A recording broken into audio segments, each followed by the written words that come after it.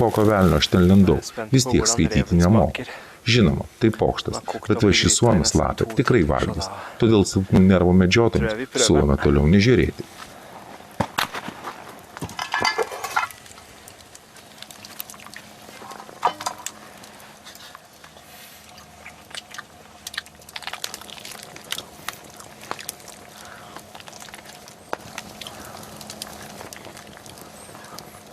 Det her var ikke godt. Og alle som har flådd en rev vet at det lukter ganske stramt. Og det lukter det samme av det kjøttet her, og det smaker det faktisk også. Jeg er glad jeg har mye hjortekjøtt.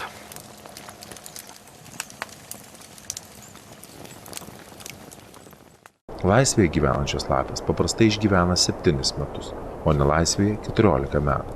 Tai vienas labiausiai paplytusių plėšrūnų pasaulyje, dažnas pasakų herojus. Štai įspūdinga lapės medžioklės akimirka.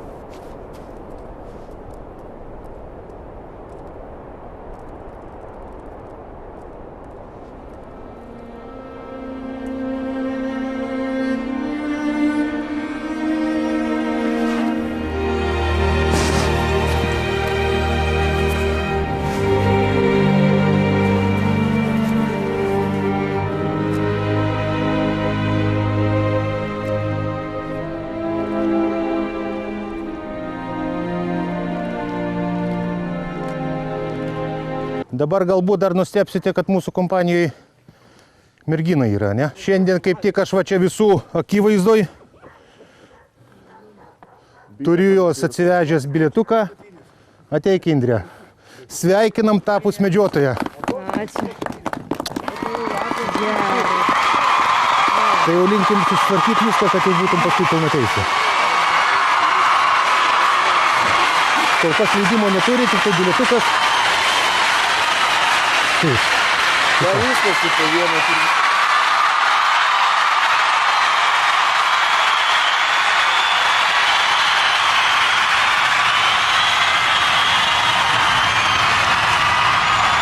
Labas, Indrė.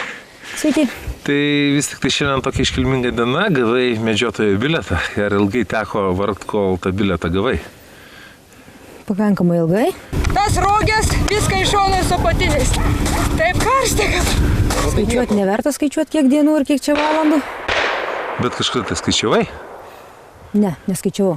O nuo ko viskas tai prasidėjo? Kod tas noras tapti medžiotoju, aišku, galbūt banalus tas klausimas, bet kažkur tai atėjo susižavėjimas tuo, susidomėjimas. Ir opa. Tai pavargus kapitališkai. Tai net jau ir šitas bušlatas nereikalingas, ne? Maniau jau visus nusimesiu. Pakeliui paliksiu. Na, bet žvėrelių tai matėm daug. Ačiū, prisifotkinau. Prisifotkinai net? Tai malačius.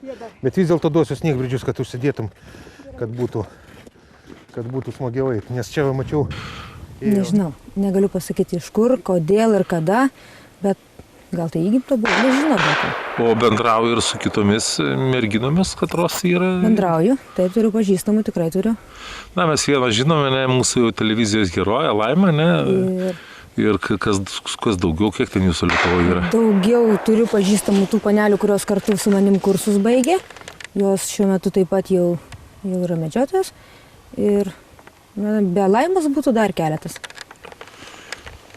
O šitą, sakyko, kaip kiti draugai, artimieji visą šitos dalykus tavo, hobį žiūri? Labai įvairiai. Vieni stebisi, kiti patenkinti, treti nenori ir girdėti. O kas nenori girdėti, turbūt tėvai, ne? Nenorėčiau komentuoti. Nenorėčiau komentuoti. Tai yra žmonių, kuriem tai atrodo netinka, negalima, nepadarau merginai, nežinau, kas čia nepadaraus. Tai turbūt laužait tradicinį stereotipą, kad moteris daugiau prie puodų, virtuvėje, tu dabar medžiotoja ir šalia vyrų. Gal kaip tik populiaru būti šalia vyrų vienai moteriai ar daugiau dėmesio sulaukti? Jeigu man reikės vyrų dėmesio, aš tikrai eisiu ne į medžioklę. O kur eitum? Na, yra įvairių vietų. Tiesiog čia yra ne vieta medžioti vyrus. Ne, bet tai aš sutinku hobis, bet ar susilaukiu daug vyrų dėmesio iš medžiotojų? Jeigu yra tas dėmesys, aš jo nematau, nepastebiu. Bet, kažkokią tai žestą bent jau pagalbos. Žinoma. kaip gali nebūti. O prieš medžioklę vis tik tai turbūt teko nemažai būtų taip ir šiandien varovų. Teko, žinoma, teko. Ir turbūt lauki to momento, kada jau būsi jau pilnateisė medžiotoja ir medžiosi. Laukčiau, bet... Kokia vis tik tai svajonė yra tos trofėjas būtų sumedžiot, sako, žvejys nori visą laiką žvejas, tai yra nori visą laiką savo žuvį svajonių sugauti, o medžiotojas turi tokią svajonę, ne? Aš ne. Man nėra tikslo turėti kažką tokio. Man kol kas jo nėra, nes aš kol kas turiu tik bilietą, todėl tos svajonės dar kol kas ir nėra. Galbūt vėliau. Man patinka būti gamtoje, patinka leisti taip laiką, o apie trofėjų kol kas aš negalvoju. Nes, na. O kaip gimė šitas susidomėjimas iš karto? Kada tas buvo pirmasis kartas, jeigu taip reikėtų prisiminti? Prieš daug metų kažkas tai? Ne, tikrai ne. Susidomėjimas atsirado tikrai dar ne vaikystėje, galbūt įpusėjus studijoms. Tiesiog pradėjau domėtis, ieškoti informacijos. Kai pradėjau domėtis, nežinojau, ar merginos iš vis yra medžiotojos, ar jom galima. Tiesiog pradėjau ieškoti informacijos. Taip susiradau forumą ir per jį susiradau pažįstamus, draugus ir po biškį taip su jų pagalba, jų palaikymu iki šiandien dienos, iki medžiotojo bilieto. Bet taigi savaitgaliai tada bus su medžiotojais visą laiką, o tai kaip tada busima šeima ir panašiai. Vaikus vešius į medžioklę. Jo, galiausiai bus kam prižiūrėti. Taip. O tai jeigu vyras bus medžiotojas, ar jau... Labai gerai. Supras mane. Jeigu nebus medžiotojas, nesupras, tada šalia manęs iš vis tokio vyro nebus. Tai vis tik tai turės jūs suprasti kaip... Nesupras nebus, turės suprast, privalės. Toks griežtas tonas. Taip, čia jau yra visiškai kitaip nebus.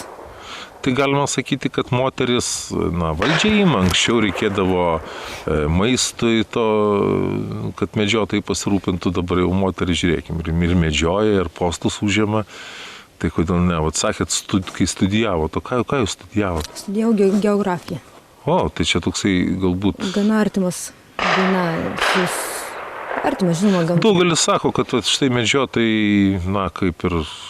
naikina to žvėrelius, gamtą reikia mylėti, globoti, jūs kaip gamtininkas, geografas, kaip čia taip? Ką reiškia mylėti, globoti? Vyksta natūrali atranka. Tai jūs natūralios atrankos dalyvis? Mes padedame vykdyti. O kas jums suteikė tokią misiją dievulio? Atranką daryti. Turbūt gamta pati pasirūpina, plėšrūnai sunaikina, lygos sunaikina, vilkai ten kitus sunaikina, vilkus kiti naikina. O kas žmogui davė ir ypatingai medžiotojui teisę būti atrankos dalyvių gamtoj? Kai žmogus tapo medžiotojais, išsiskyrė iš gyvūnų. Tik tai... Jau nuo to momento žmogus, manau, turi galimybę padėti gamtai šiuo atveju. Bet palaukit, tai tada peršasi tokia išvada, kad vienintelis gyvūnas, žudantis iš malonumo, ir yra žmogus. Nes iš malonumo daugiau nieks nežudo par žmogaus. Kaip tai yra, jūs tada išeitumėt, kad pateisinate tokį dalyką, smurtą, žudimą. Aišku, medžiotojo nei vieno nepaklausė, visi sakys, mes ten nenušovėme, sumedžiojam. Bet iš principo tas pats kraujas, tas pats klanas, kraujo, tas pats žvėris.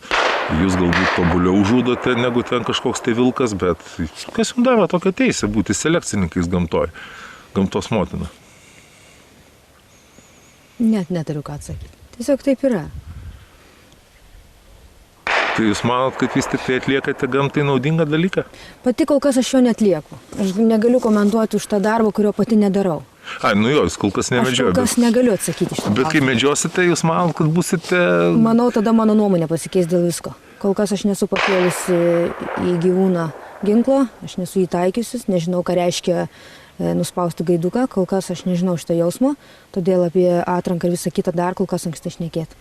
Nežinau, kaip jausiuos, aš nežinau.